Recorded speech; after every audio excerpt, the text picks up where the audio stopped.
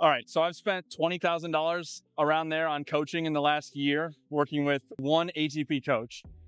His name is Ruan Rolofsa, and I think he's probably most well known on the tour for working with Chris Eubanks, getting Chris Eubanks to his career high in the Wimbledon quarterfinal, and then now pretty well known for working with Michael Zhang, who's the college player for Columbia who won 2 back-to-back NCAA championships, and then this year just got second round of Australian Open. I've spent about $20,000. I just did the math before I sat down to do this. $18,817 in the past year working with Ruan. And I wanted to go through what it's like to work with an ATP coach. Like, is it different? Is it worth it? Why would you spend $150 an hour to learn to prepare your forehand earlier?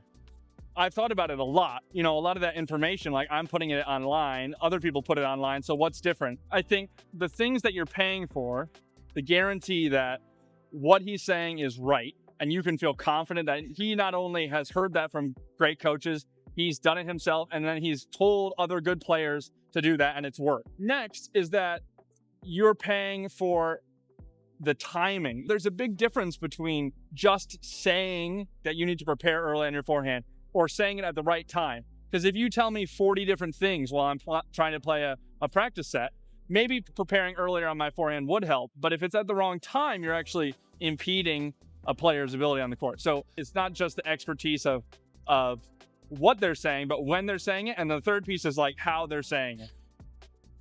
I would say of all the different things that we'll talk about, the thing that stands out to me the most about Ruan is that he is like the least reactive coach, up positive or negative, that I've ever been on court with. When things are going really good, I am always like, dang, I wish he was more excited. And when things are going bad, I was like, wow, he really doesn't seem as upset as I thought he would be, or he doesn't seem like worried as I expected. For me, that's been super helpful. I mean, I'm going to throw my dad under the bus a little bit here. Sorry, Dad. I'm sure you're watching this. Sorry. I think that when you're a kid and you're with your parents and tennis is like your whole life, or you become really reactive, right? So like every time you lose a really bad match, the natural response, like we got to change everything. And that was one of the first things I noticed working with Ruan is when something wasn't going good, he stuck to his guns on like what we were going to do. Like, hey, this is what we're going to do. If it doesn't go well, we still trust it. We're still going to work on it. And the same thing with matches. Like if I had bad results, it wasn't, we got to rethink your game style. It was like, okay, we'll make some adjustments. We'll keep working. The results are going to come. Second, and this kind of goes along with that, is that he's super intense and demanding and also crazy patient.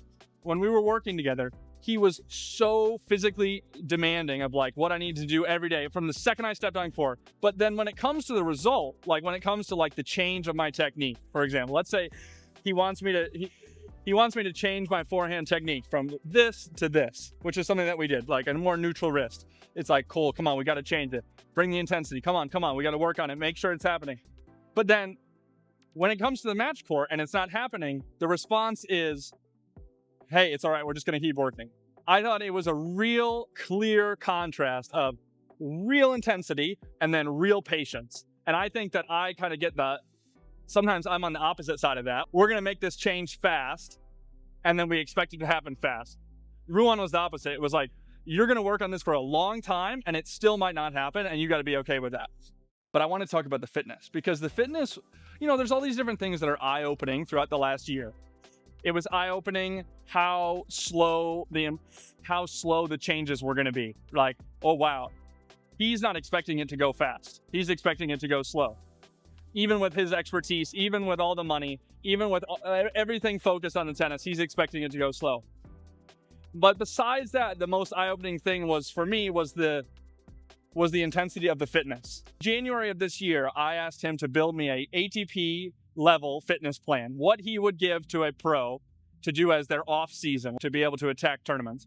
And that fitness plan was just insane, like an insane eye-opener. It was 2 workouts a day, a sprint workout in the morning, a lift in the afternoon, or vice versa, 3 or 4 sets of supersets, okay? Like you're doing, a lat pull down into a med ball slam, and you're doing 4 sets of 12 of each. It's like 100 plus reps for this one exercise, and then you're doing 5 of those. And then at the end, you have all this injury prevention stuff, and then go home, try to film some videos, whatever you practice. and then come back and do your sprint. It was crazy.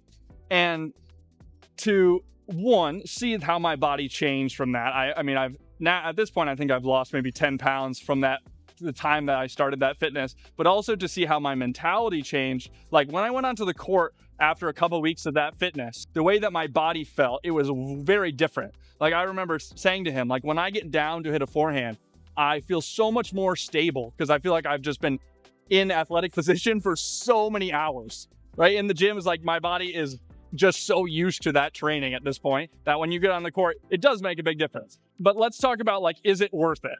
I don't think I'm a good example because it's been worth it for me for multiple reasons. It's been worth it for the tennis because I'm obsessed with tennis and I think I got as far as I could in my tennis career without like another level of coaching, right? I got to like 11.5 UTR and I was like, okay, I need someone to help me for my game to progress. I was at 11 for a couple years, 11 UTR.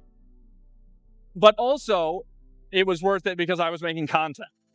I think after the year, my recommendation, like to people who are wondering, should you invest into coaching like that? Or should you go for like a more local pro who you can afford to pay every day? My thing, and I'm not saying that I know this for sure, this is just my feeling, is that spending extra money to get the right advice that you can feel confident about, and then doing less lessons, but being really confident about the advice you're getting, and then going and practicing in between on your own, right? Because right now the setup is different. Ruan's traveling with Michael or back home in Florida working. And so I see him like, I don't know, a couple times a month, let's say. And he helps me virtually. There's different things, but let's just use that as an example. Let's say I see him 3 times a month. In that one session, he's giving me enough feedback as a good coach. He's giving me enough feedback. There's a 0% chance that I'm going to improve that stuff in that time, in that hour and a half, 2 hours on court. And you definitely aren't. Whoever's watching this, unless it, hey, Novak, I know you're a big fan. No one is fixing those things. It's impossible to fix them in one session. So to take a lesson or two, maybe 2 days in a row, and then to spend 10 minutes at the end of the lesson speaking with the coach and like, hey, can you put together like a summary of what I need to work on? And then you take it and you practice with people practice with people who suck, practice people, the ball machine, the wall, and you work on those things. And then you go back once those things have actually been worked on. Because the last topic I'll talk about is over coaching. I think Ruan is a magnificent coach, but one thing that I ran into was that he was almost so knowledgeable that at some points I was getting too much information, right? So much was coming in, but I didn't have enough time. I was with him every day, or most days. I didn't have enough time to work on it and process it. In the end, I couldn't improve as fast as he was giving me information, right? It was like your sink overflowing. Like he's just giving me information, but really I can only take in a certain amount at a time. So that would be my advice. If it's expensive, right? It's expensive for good coaching. It probably is. Take that coaching and then expand your 1 hour lesson over the course of 10 days or 2 weeks. I understand it's not easy to find good coaches. That's one of the big motivators for me making content is that the access to actually good tennis content. There are good coaches online who make videos that are really difficult to follow, right? Part of coaching is engaging the person you're teaching. So there's some great coaches, I'm not going to name names, but their videos are impossible to watch. Then there are other people who are engaging on camera, but don't know anything about coaching, right? You hear the stuff that they're talking about and you go like, I have no confidence watching the video that's any better than the next YouTube short I'm going to watch about wrist lag. People who are watching this are probably obsessed with tennis. Like if you're watching me sit on a bridge talking about tennis, you're probably pretty into it, which means that you may have a tendency to overthink, right? So getting tons of information thrown at you is probably not the best for your game. It can be detrimental.